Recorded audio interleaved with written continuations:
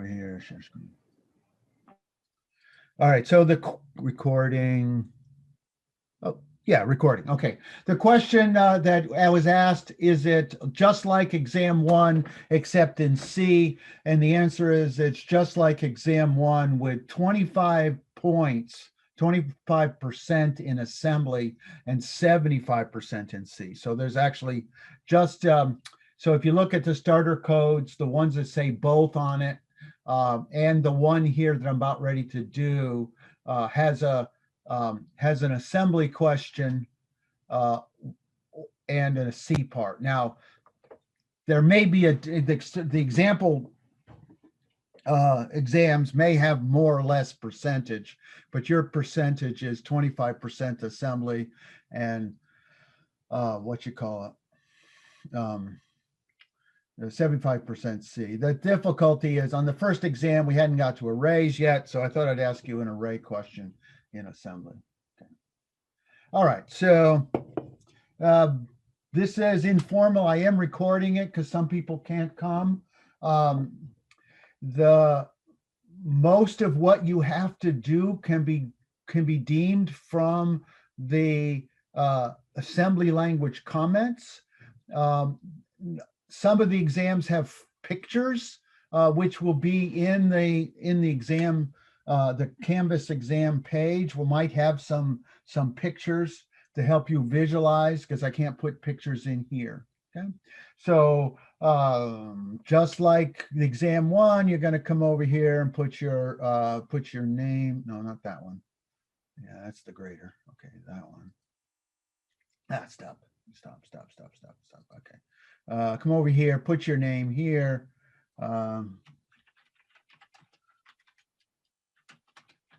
And put your EID here. This just helps me sort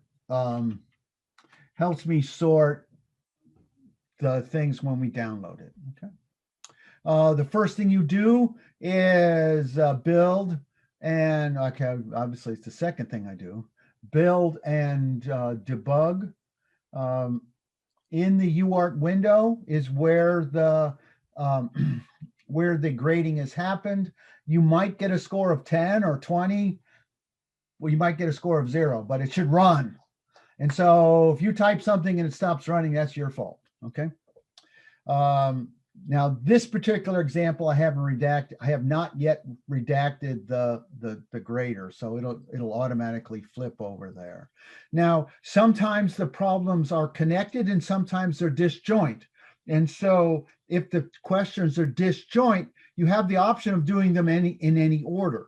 Okay, so the mistake that kids made in spring 2018 is they thought the first question was easiest. It turns out a large number of students could not do the first question and got 0. Okay. And so get yourself a watch. If you get stuck somewhere, undo it. Okay. So the first question is a ASCII to number conversion. This is actually very simple. And so I thought it was simple. And so if I were to give you the following, let me just solve a simpler problem first. And that's a good strategy, is if you don't know how to do something, cheat and change the rules. Now, obviously, you got to get it right eventually. But if I gave you the string 1, 2, 3, and you were to ask to give me the number 123, that's the essence, except it's an octal, okay, base 8. Okay. And so the first step in solving this is to think about what this would look like in, what would this look like as an array, okay? It would look like this as an array. Okay, did I make this bigger? Oh yeah, you can see it better. It would look like this as an array. And so the idea here is if I think about I behave like you're a computer, okay? If all I gave you was 31, the only thing that you could tell me is the first digit is a 1. And so what I'm going to do is I'm going to remember it. Okay. I'm going to have some sort of global variable to remember it. And then if I gave you the second digit, which is a 2, what do you think the number is? If I give you a 1 and you remembered the 1, I give you the ASCII 2 and you know the second digit's a 2, what do you think the number is? Unmute yourself. What? If I give you the digit 1 and then I give you the digit 2, what's your guess as to what the number is? 12. 12. All right, yeah. So what formula is that?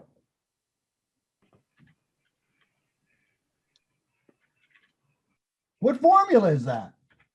Now let's call this M, right? Let's call this one M. Okay. Okay. If you get a digit, and you know, it's what's how does 12 related to the N and the M, and that is 10 times N plus M. Okay. And then I give you the next digit. This is why, which tells you that the next digit is a 3. And if I gave you, now I've forgotten this one, right? These are variables. So I've overwritten it, but you know you got the 1 and the 2. So you at this point here, you know that M equals 3 and N equals 12. What number do you think it is?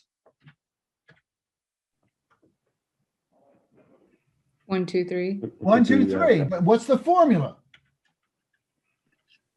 M times 10 plus, oh, no, N times, oh yeah, M times what? N times 12 plus M. And now I get the 0. Now what do you do? It's a null terminated ASCII string.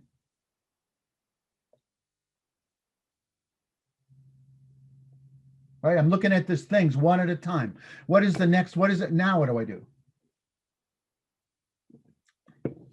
I get the 0. I get the 0 right here, right? I just got that 0. What do I do now?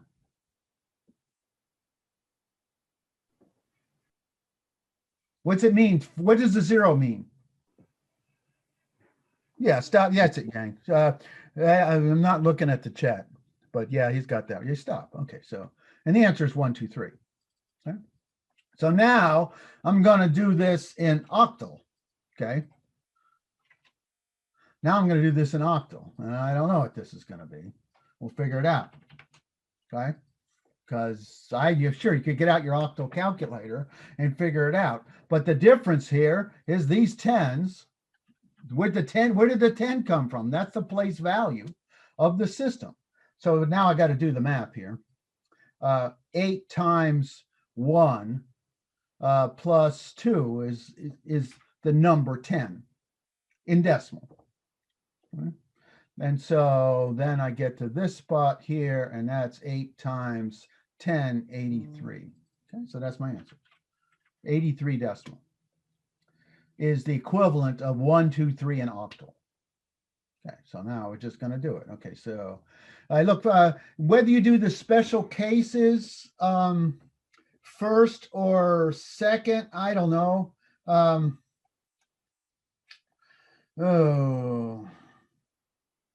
I don't know. You can either do the special cases first or do them second. I don't know if there's an actual strategy here. I don't know. All right. So the parameters are passed, ARM architecture procedure call standard. This is a byte string with a 0 termination. And so I've got these variables M and N. And so I'm just going to go ahead and create them. I'll move into R1, the 0. This is essentially my N, right? That's my calculated result. And then I'm going to, oops, I got to pound it. And then in my loop here, I'm going to fetch. This is a LDRB. This is a byte array. Put it somewhere. Read it from R0, which is my pointer. I don't know if you're comfortable with post increment addressing mode, but that fetches a byte from R0 and adds from R0 and adds one to R0. R2 has my character. Okay. So if my character compare R2 with the Sentinel, if it's equal to, then I'm done. And then somewhere down here, I'm going to do a branch loop. And then my done. I'm going to move. My answer N was there, so I got to move it into R0. So I'm going to, again, remember to pass return ARM architecture procedure call standard, and I delete that line. Okay. Was there a test case with a null string? Yeah, there's one. You see it? I can actually test that one. I got to get rid of this so it doesn't crash. Okay. No, let's go on. Let's do some more. Okay. All right. So I got the ASCII character in R2. I need to subtract R2 with a, okay, I should test for the test. I need to subtract, what am I calling here? I'm going to subtract off the ASCII character, the 0. And so now I have a number between 0 to 7. Okay. I could check for non-ASCII characters here. It crashed. Save often. Yeah, fine, whatever. Move. All the beautiful comments I left there, they're gone. R1 #0 loop LDRB R2 bracket R0 bracket R0 comma #1.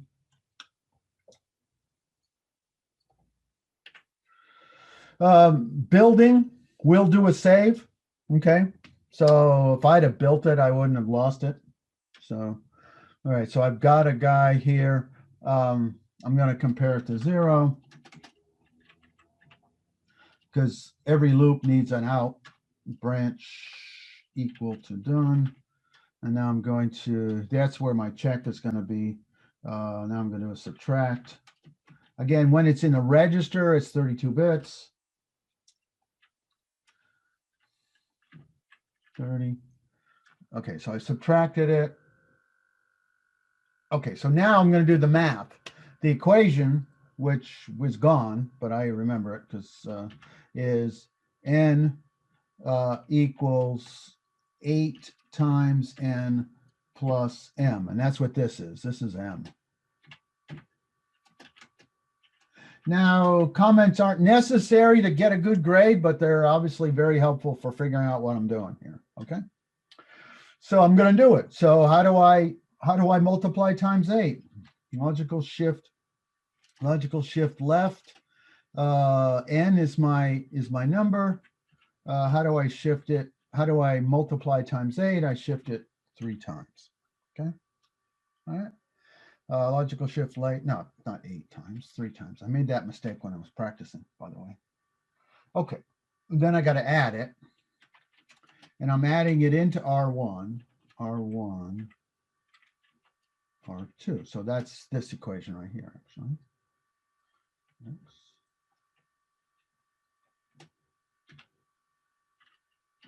All right. I got to do something to advance, and that is make sure you've got an end thing here. You see I added 1 to the index, and then I can then branch to LL. I'm getting real close to getting some numbers here. Done. Move R0, R1. Yeah, I think I'm going to get some points. If I'm at the point where I think it's not going to crash and I'll get some points, I'm going to see. So don't wait. Don't, you should get some, 38 points. Woo-hoo. Yeah. Look at that. I didn't handle these special cases yet.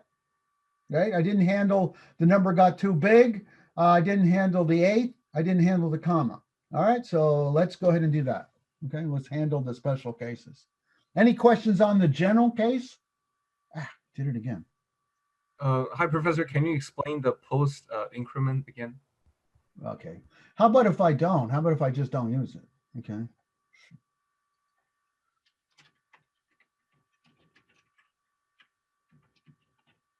How's that? Now you understand what I'm doing?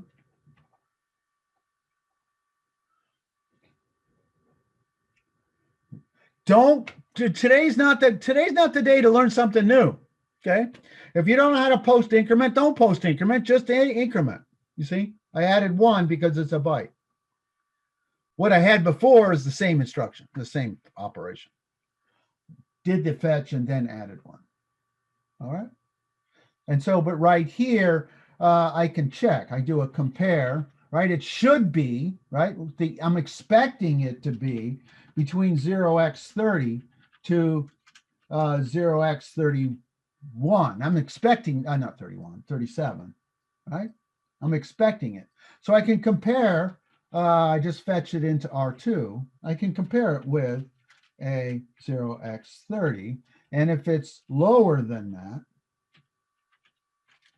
I can go to an error condition. I can compare it to, that'll get the comma. The comma is less than, and I compare it to 0x37. Again, I'm using an unsigned branch, branch high to error. Let's see. I need to service it, so I'll put it here where it wouldn't been executed. And what am I supposed to return? I'm supposed to return that, right? Yeah.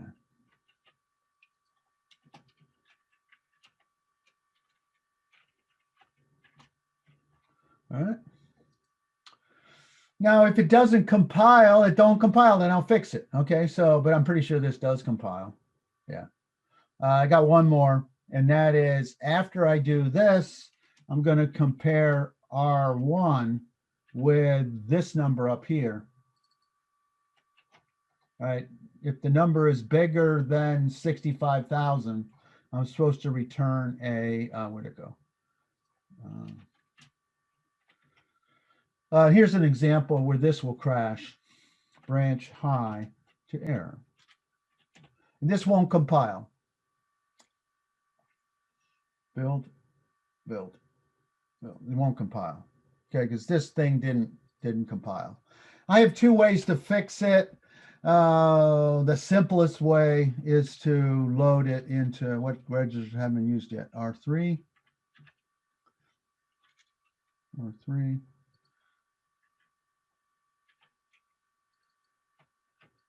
And compare it with R3. All right. Didn't fit. Okay. Yeah, I can go. That's fine. It's good enough. Build. And then you don't have to make it perfect. You just got to get points. Ta-da, 50. Woo! Yeah, let's go. All right. I'm done with that one. Any questions on that one? So the trick, yeah, boy. Yeah, that's not good. You see how many times it crashed? Don't now, if your computer really gets crashing, that's when you want to get on the chat and yeah. I don't know. Like I said, this particular one here is TM4C or LM4F120, and we had a lot of crashing. The one that yours is an LM. It's a different microcontroller that we use more likely on the exams, crashes less. All right, so I'm done with assembly. All right. Again, your the next one I thought was the hardest. Many of the exams, yours in particular, you look at the comments to see what the inputs are, outputs are. Don't solve a problem we didn't ask. You know, don't worry about things that we didn't ask. You just got to get points. All right. So, all right. So the first one here is actually the harder. The other one we did string to octal. This way we're doing octal to string. And this is equivalent to what you did in lab, right? So if you remember your lab 11, what you did is you formed the digits until you had nothing left, until a 0, okay? And then you reverse the digits, okay? And so what I'm going to do here is I'm actually going to, you did lab 11 in assembly. I'm going to do it in C. And then I'm going to convert decimal to octal. That's just the way I'm going to do it here for you, just so you can see my thinking. So in order to solve the problem in lab 11, we needed a buffer. Okay, so it's going to have the same type as this. And so I can either make it a global or a local. And if I look at this guy here, I need 1, 2, 3, 4, 5, 6, 7, 8, 9. So I don't know, make it, actually don't need that one. I'll make it 10. If you make it 1,000, it will crash, but this won't. Okay. And now, if you think about all the things I needed a lot of things. Okay. It's all unsigned. And so I could have an unsigned long. I'm going to need to index into this array. Okay. So I'll make an I. I'm going to need to index into this array. So I'll make a J. And I also need to know how many characters I had, a size. Okay. I don't want to wipe out N. So I'm going to need some sort of counter, which tells me how many things I did. And you did this essentially in lab 11 in assembly language. Okay, so I'll initialize the counter equal to 0. The counter is going to be the number of characters that I get. See, I'm going to get a 1 here. I'm going to get a 3 there, a 3 there. I'm going to get a 4, 5 here, and a 7 there. And okay. And again, I'm going to do this in decimal, but and all I'm going to do is change all the 10s to 8s when I'm done. It'll be an octal. Okay. Here's the thing. There's a loop here. Is this going to be a for loop, a while loop, or a do loop? I'm going to traverse the number and create the digits. I'm going to form the digits. A do loop? Okay, it's a do loop because I don't know a priori how long it is. Okay, I don't know if it's 1, 3, 5, or 7 things long or 0 things long. Okay, but I'm going to do it at least once, because even if it's a 0 or a 5 or a 6, even if it's the smallest possible number, I'm going to do it at least once. Okay, so I'm going to make a do loop here so that I get at least one character. Okay. And the number n, obviously, which digit can I get? The first one or the last one?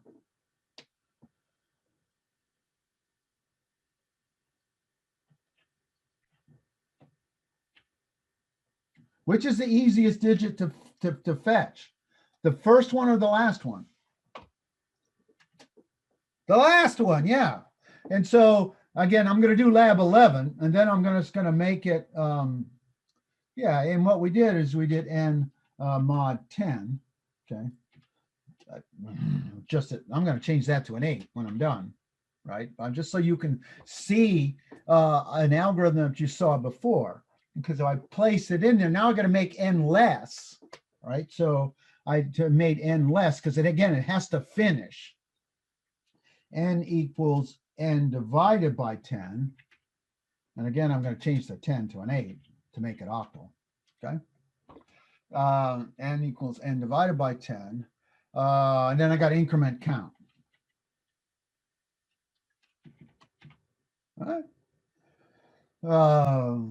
And then when do I end? Okay. While there's still something in, while n is greater than 0. Okay. So for instance, if n were equal to 0, 1, 2, 3, 4, 5, 6, 7, 8, or 9, this do loop would occur once, n would become 0, and it would stop. Count would be 1. Okay. So if I were brave, I could debug at this point, but I'm not, so I won't. Okay, so now what I got to do is I got to unwind and reverse the I got to unwind and reverse the digits. So I could have used a for loop because I know I'm doing it count times, except I know I have to do it at least once, so I'll use another do. If you think about count, if I take buffer bracket count, that's garbage. Tell me why that's garbage. Why is this guy right here garbage? Because it's the same number over and over again. No. What's the value of count? The right? number of. So for instance, if there amount were of things in the one string. digit, if there were one digit, it would be in buffer bracket 0 and count would be 1. And so buffer bracket 1 is garbage. If there were 6 digits, count would be 6 and buffer 0 through 5 would be digits. So where is the last one? Count minus 1. Count minus Count minus 1. 1, and I got to decrement it anyway. So I'll decrement it first, okay? And what do I do with it? I got to put it here, right? I'm going to store it in here. Now, where do I put it? Now I'm going to use J. Sorry, J. I'm going to put it in J. I guess I didn't need an I in a J. And then I'm going to increment J.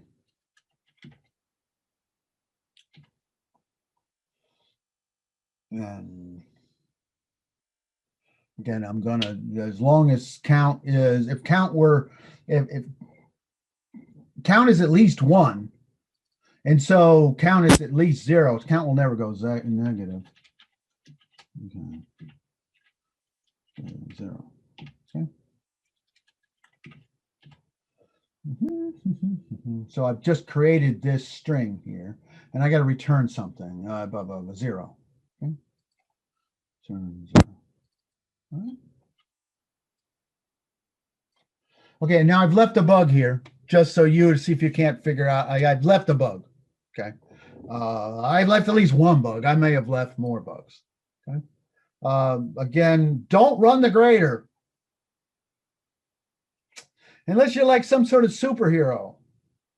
I'm going to put a breakpoint right there.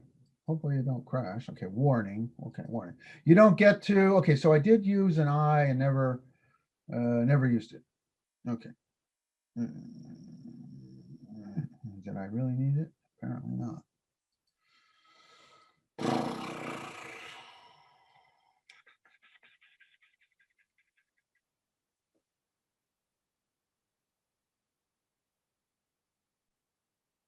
Oh no, didn't need it. Again, don't, you please look at your warnings. It's probably a mistake on your part. All right, it's obviously simulated. I got no board, and I'm going to run to my. Oops. Okay, no. Okay, over here. I missed it. Okay, so you can't put a breakpoint on there. You got to put a breakpoint on it. And so without killing it, I can stop, reset, and run. Okay. So now I'm in the test case, and I can look at n. N is 0. Okay. I can look at my buffer. Buffer's got nothing in it. Okay, so let's execute. Let me put the buffer in. Let me put the buffer in the watch window. And where did it go here? Call stack. Okay. let's untab it and put it up here. All right, there's my call stack. This is way easier to debug than step over. Okay, so I can look at count is equal to 0. I can look at my buffer. My buffer's got nothing. It's what? Well, yeah, what's in there, by the way? You see what's in buffer? What's all that crap? Junk, yeah. Local variables aren't initialized, okay? So, yeah, be careful, okay? But I'm going to put something in there, of course.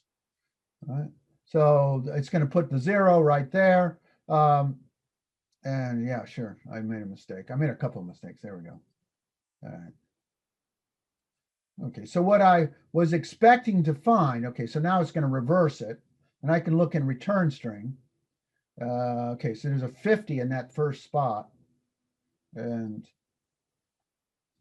that's going to put the 0 there. Okay, so do you see the mistake? You see the mistake I made? I was expecting this number to be what? Look at my comments. What was I expecting that number to be? Right there, you see it? Should have been a 30. Crap, I forgot. I knew I'd make more than one. I knew I would make more. Ah, crap, it crashed.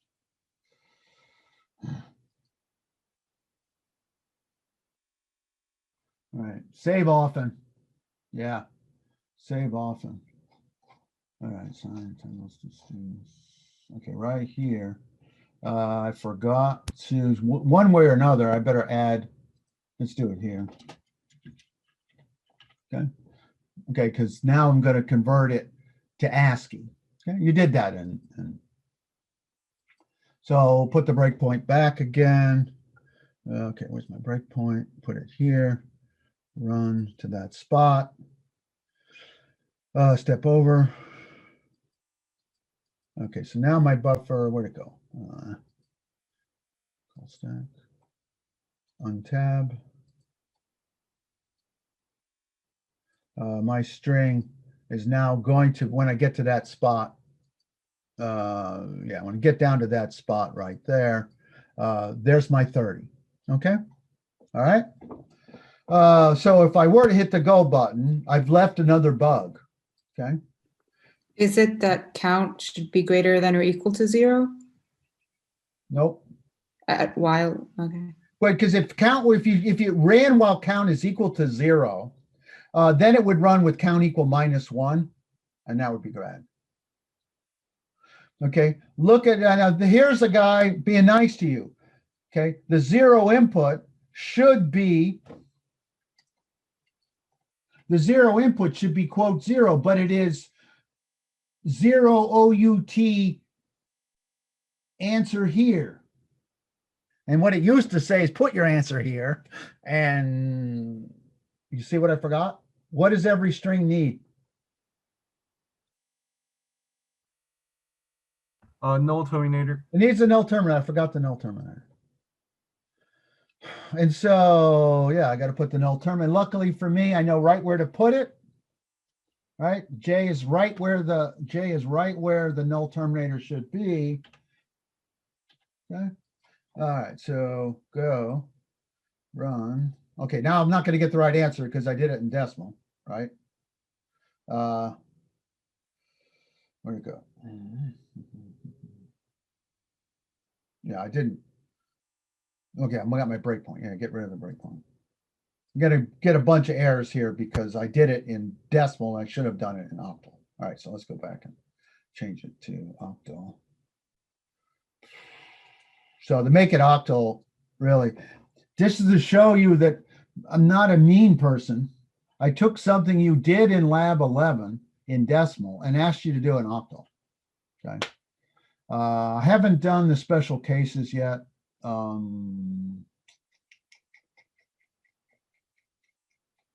Yeah, but I will in a second. But I'll get most of the points now. I'm up to 70. I didn't handle the overflow case.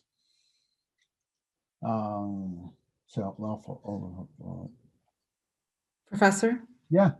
Can you convert a number that's greater than 8 or greater than 7 to an octal? Not a digit, no. No, the digits in Octal are 0 through 7. That is why I need to, okay, that is why. But if you think about it, I'm going the other way around. See, this one had the worry of having a digit that was not 0 to 7. In this one, this guy here is forcing it to be this digit. This thing has to be 0 to 37. It's forcing it, because when I take the modulus with 8, I'm going to get a number between 0 and 7. Now, it's possible the number's too big, right? It's possible here that I have the number is too big for my case, right? Which is probably why I added extra digits in my array so it wouldn't crash. Okay, this is a case here where I'm going to set return string 0 to, what is it, Ascii? That's, I want to set it to that. That's the star character. And null terminate it.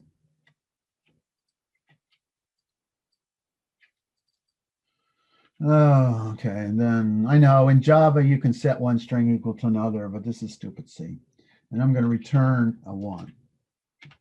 Okay, that's my special case. I'm handling this case here so that this one returns an illegal amount. All right, build. What am I doing? 40. I got the hardest one to go. So let me see if I get my points here. Yeah, I'm up to 75. It's not unreason. It's not unlike these exams for the first 75 points to be easier than the last 25, just so that the average is higher. So yeah, don't assume 4 questions, 25 points each, that they're equally hard. And I'll show you what I mean by that in the next one. All right, so go here, quit that. All right, so let's do the last one. There will be something that requires you to understand structures. This is a little bit different type def than you might have seen before, with one extra line, but basically it's creating a type def with 2 fields in it. The EID field, which is a number. It's not actually EID like University of Texas. It's an electronic number, 0 to 4 billion. And then the same thing with the group ID is a number. And so it's sort of like an array of 2, except we're going to access it using struct access. Okay, now, and then there's a second struct having to do with the lab room. So this is the struct associated with the class. So there's a class called, there's an array of struct of student types, of elements. The size of that array is listed right here. And so you're given an array of students of this many, okay? Something bad happens if we have an odd number, we got to go back and kick somebody out, okay? So if we got an odd number of students, we're just going to return. So there's a low-hanging fruit. If size, and how do I tell if a number is odd?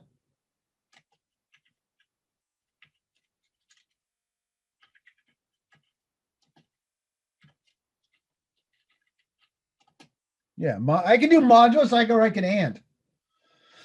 I can modulus it with a modulus 2, or I can and it with a 1. Okay, return, what do I got to return? I got to return 1, right? Where'd it go? Yeah, return 1. All right. So yeah, I can, ta-da. That's not cheating. That's code. All right, so that's a good thing. All right.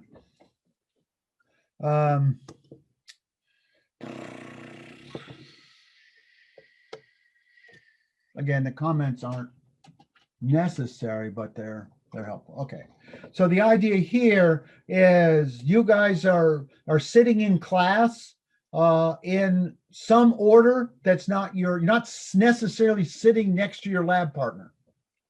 So the order of the students in the class is not ordered by EID. It's not ordered by lab partner. You're just some order of students. So for example, the first student is EID 12 and supposed to be in group 101. Okay. The next one is EID 34 and is supposed to be in group 303. And you can see that, where's my 104 and 01? Okay. Student 12 and student 54 are lab partners. So we're going to assign them a desk. We're going to assign them a desk. We're going to assign them desk number 0. And we're going to put student 12 and 54 at desk 0 or lab desk 0. In lab desk 1, we're going to put student 34 and 4, and they'll be group 103. In desk number 2, we're going to put 55 and 5. And so this doesn't have to be ordered by student number. It doesn't have to be ordered by ID number, as long as once you set a group that there are exactly 2 students, and every group has, every student is assigned a table, and the table contains the list of students and the group number. Okay, I don't know if that makes sense. So it's a little bit tricky. The way I solved it is a double loop. I need some indices, and so index.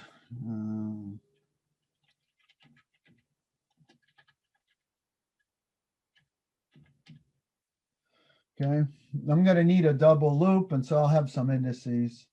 And the first thing I'm going to do is I need another variable. I'm going to need a variable called count. Okay, and I'll show you what I'll use it for. Okay, so if I do for I equals 0, I less than size,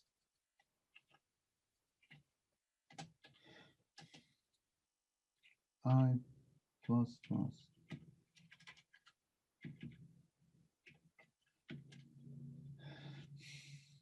A way to tell that this is a double loop is to think about if I gave you 1,000 students, right? You'd have to do 1,000 things, right? That's this one here.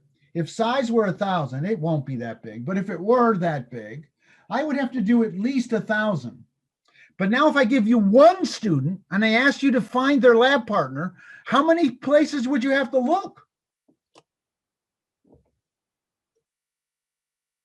If I just picked a student out of the class and say, hey, student, who's your lab partner? They'd have to go around the whole room and find him.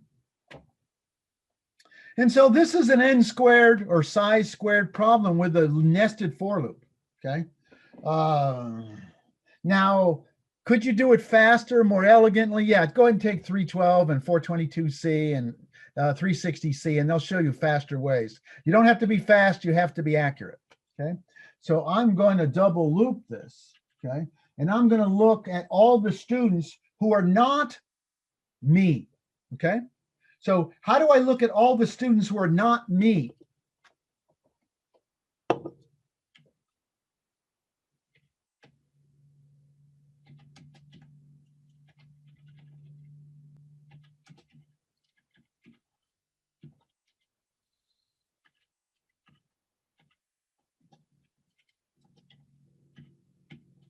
All right. I am now in this loop looking at everybody who's not me. You see that? That's everybody who's not me.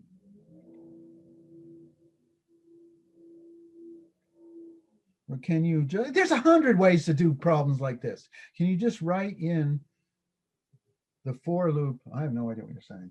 Yeah, there's lots of ways you could do this. Okay. But the thing that the strategy that I just figured out is I need a nested loop, because I got me and I got to look at 1,000 me's. And for every me, I got to look at 999 of you's to try to find my match. Okay. Now the problem here is I don't want to assign two people twice. I don't want to give each group two tables. Okay. So when I go to assign a table, I want to make sure, because this is going to match twice. Okay. When I match you, and then when you match me. Okay. I'm just saying. The other thing is I need a way to make sure I don't, double count. Okay. So count plus count equals 0. This is going to be the number of students who matched me. Okay. So now I'm going to look at, do we match? Okay, now this is the part you got to get right. Okay, 319K, 319K, bracket I, dot. And you look at, they helped you out here, EID, I get that. If my EID, no, group number, sorry, I don't want EID. I know ID. I want group. I spell it. Group ID. All right.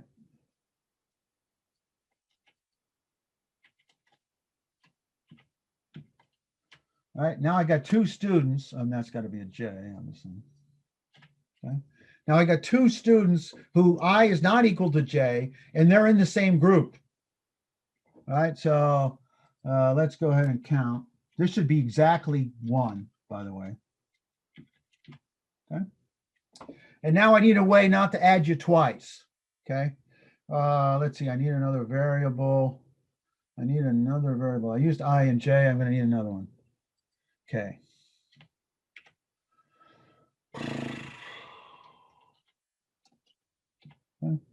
And now the way I'm going to,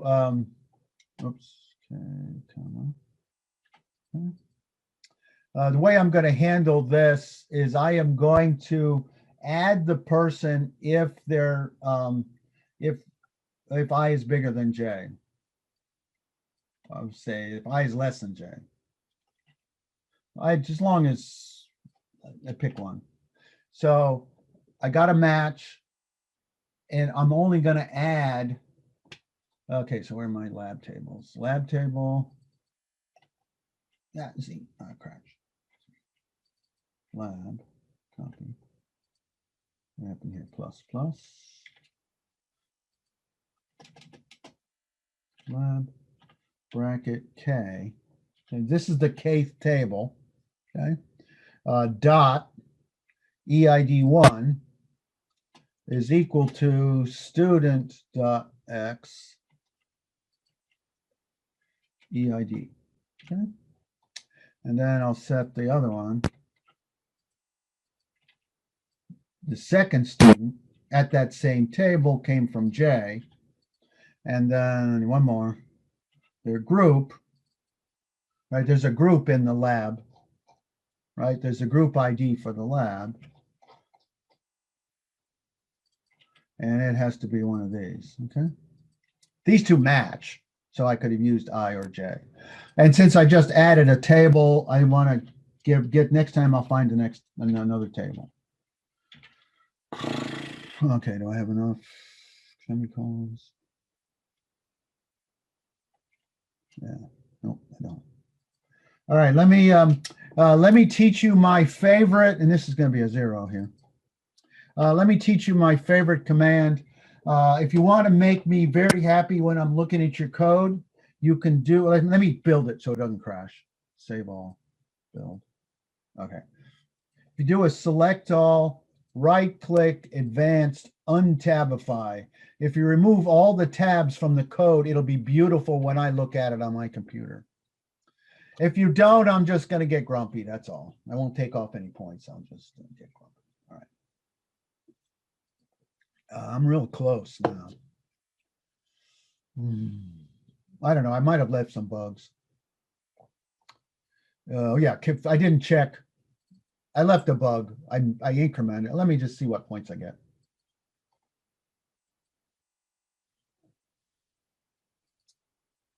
95, I'm going home. It's Thanksgiving. I'm hungry. That's good, pretty good score. But you can see the one I got wrong was I got test case 2 and test case 7.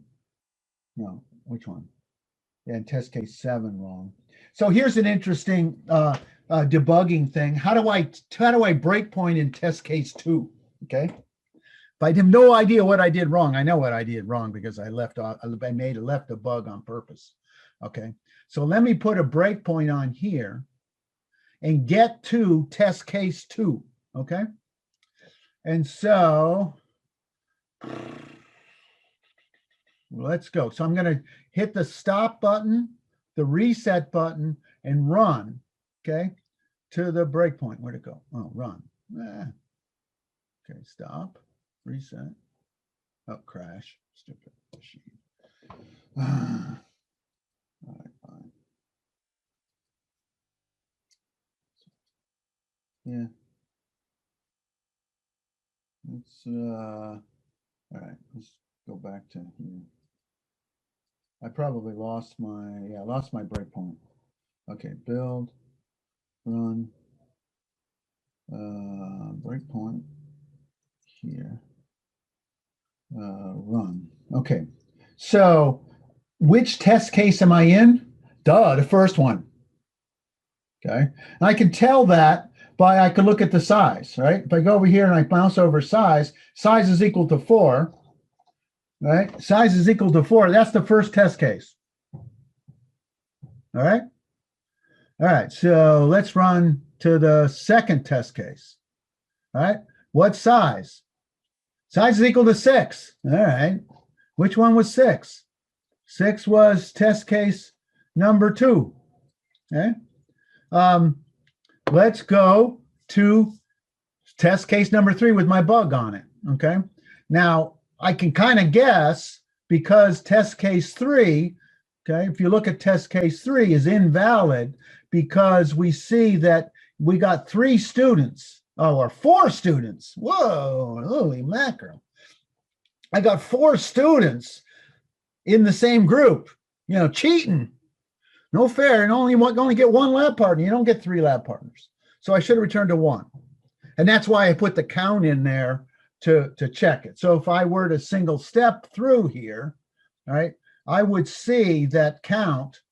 Now, if I were brave, I would show you the call stack window again, call stack window, and tab it, float it. All right. So now I'm going to look at count. All right. I can make it decimal even. Makes you happy. Okay. Step over, step over. I'm going to watch count. Right. I found somebody. Whoa, I found somebody else. That if count equals 2, that means I got 3 people. Okay. And now it's 3. So I've been assigning, look at, I got people all over the place. Right. Yeah, that's a mistake. Right. So count I should not have matched it. So I guess you could look and see if K is exactly 1/2 size. That would have been another test. I did that one before doing this. But at the end of this loop right here, right, at the end of this loop, okay, then count should be exactly 1.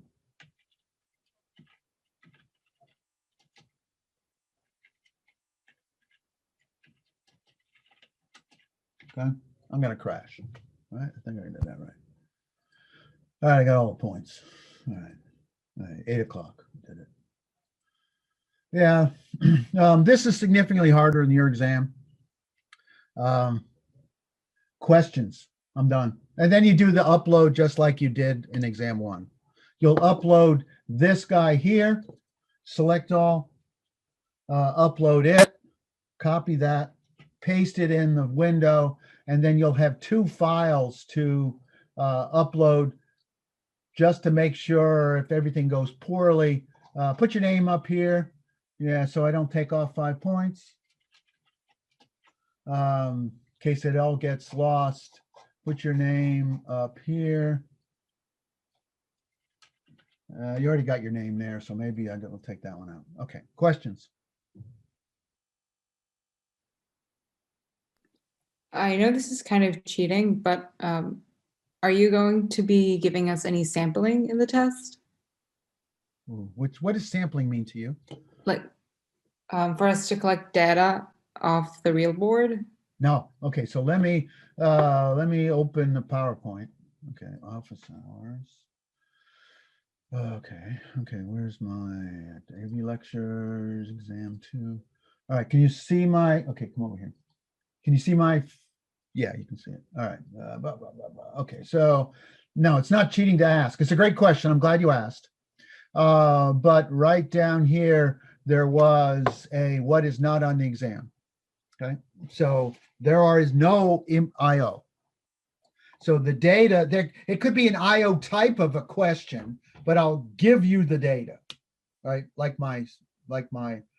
I'll pass you in the data.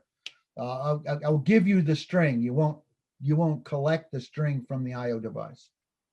There'll be no interrupts. There'll be no. You noticed I used a dot access to the struct. Okay, and so there will be pointers. There will be pointers potentially, but those are pointers to arrays. Whereas when we get to a struct, you're going to use the index and the dot structure on the. Great question. Did I answer it? Yeah, thank you. Yeah. Okay. Sure. Great question. Another one. I did Dr. upload. Valvano, can you go over when you would, oh, Sure. sorry. Do you mind going over when you would use a do loop or a do while loop, like Sure. the different instances? Got it. I got it. Okay, so let's go. Stop. No, not stop share. Stop. And slideshow. Okay. Go back to my program. And okay. Okay, so you see. All right. Okay, let's do the easy one. Let's say you know how many things how many operations to perform. Okay, let's say you know. Like in this case down here, I knew that there were size elements in my array. Okay, or it might be a fixed number. There's always 10 or whatever, you know, if you know what size it is. Okay, then in my mind, the simplest answer. Now you could use pretty much, they're interchangeable. So a do loop and a for loop are identical in their abilities, but they're sort of structurally.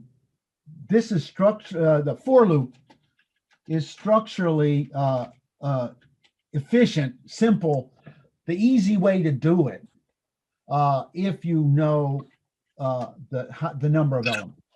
Okay, because then you just do for I equals 0 to, you know, then you just do, right, for I equals 0. Now you don't have to start at 0, but you have to know what the first and last one is, right? I less than size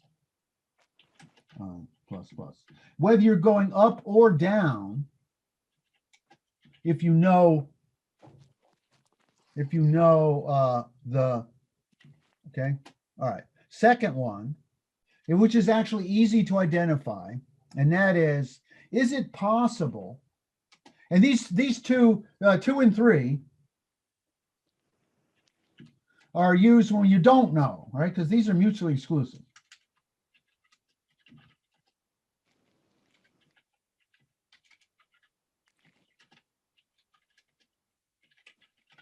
When you don't know the number of operations, okay? But so now the difference between 2 and 3, is it possible to do it none? Does that make sense in the context of your problem? Now down here, for this, it was not possible or appropriate to do it no times. We wanted to do it at least once. Okay. But if it's possible to do it none, if it is possible to do it no times, I'm going to use a while loop.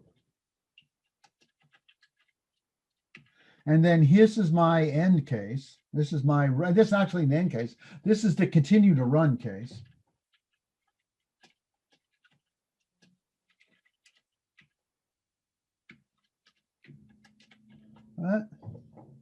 And if this continue to run case is false, then it won't run at all. Okay. For all the loops, make sure you have a way to end, right? Because if there's an infinite loop, you don't get any points because the thing crashes, right? So if it's not possible, or what I mean, let's say at least once,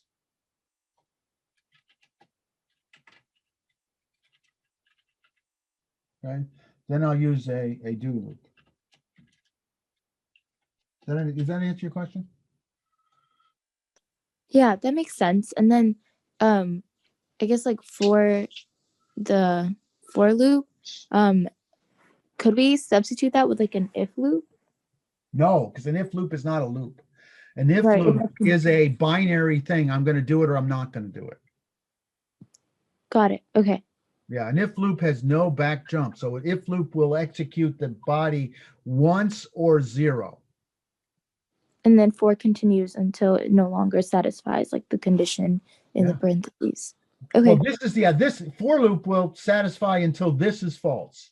So Mhm. that's the continue, right? That's the continue loop. So Okay, Professor? that makes a lot more sense. Thanks. question? Oh, sorry. Does I increment even if for the for loop, does I get incremented Oh, great. even if size Falses. doesn't satisfy? Picking. No, this is identical. Maybe to better understand this one, let me rewrite it as, remember, it's a do loop, right? So what can you tell me about I equals 0 here?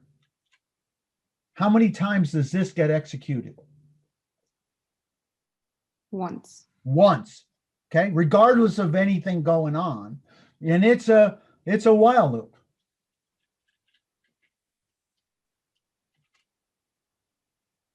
Sorry, I probably should have made it C code. And let me put in, I'm going to put in a body here just so you can see where it is. Right. Right, what other crap goes in here, right?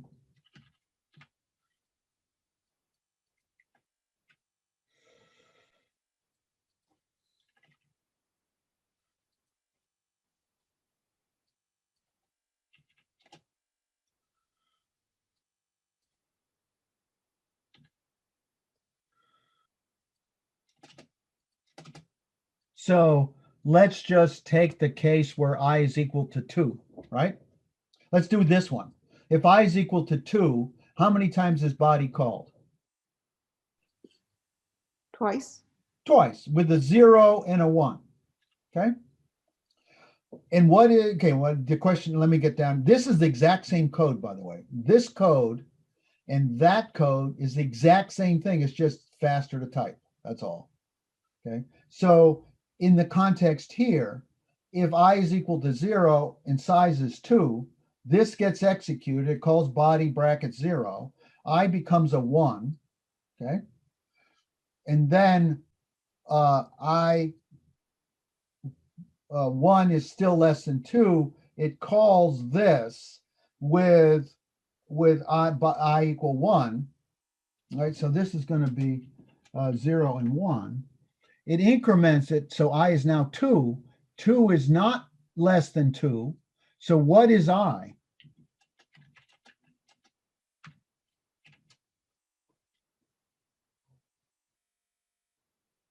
When this is done, right here, what's I?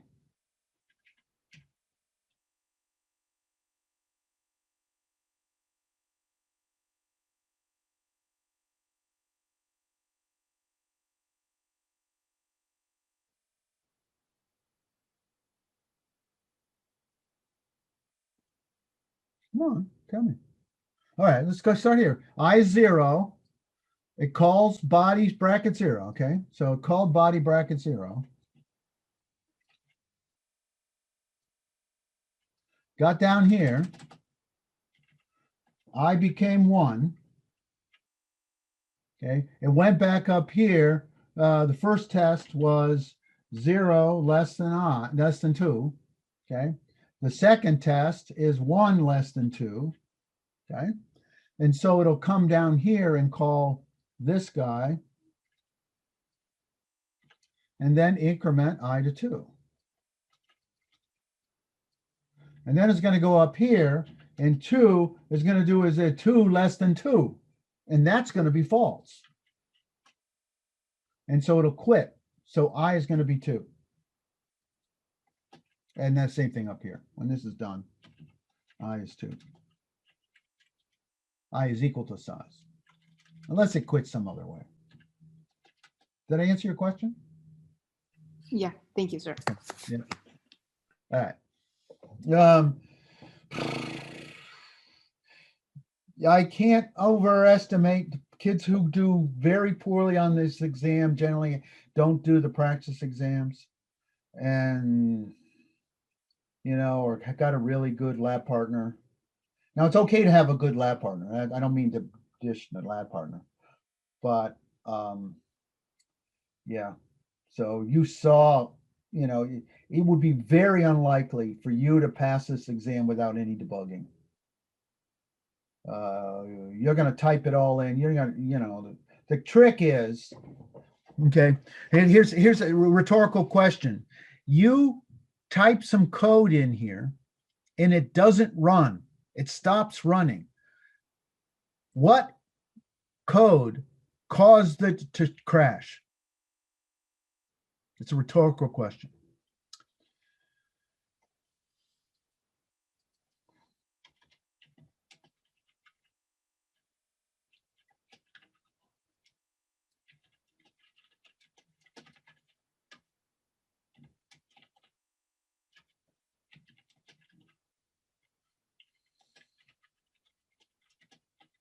All right, so you're going to do this dozens of times. All right, so it's a little bit better. Okay, but sometime it's gonna crash. Never finish. Where's the mistake? Here, yeah, 1, 2, 3, or 4. Where's the bug? 4. 4, because of 4. And so the faster you edit, compile, run, the shorter the amount of stuff that you have in that typing phase that you can go back to and fix, because you did something when you typed in the 4 that causes it to crash. Now, it's possible you caused the crash somewhere else, but typically you added something at type 4 that caused it to crash. You want to go back and look at it to recover what you did wrong. Okay, that makes sense. You saw I had a lot of crashing. That's a little bit unusual, but don't fluster. Again, saving is very good. Compiling does a save.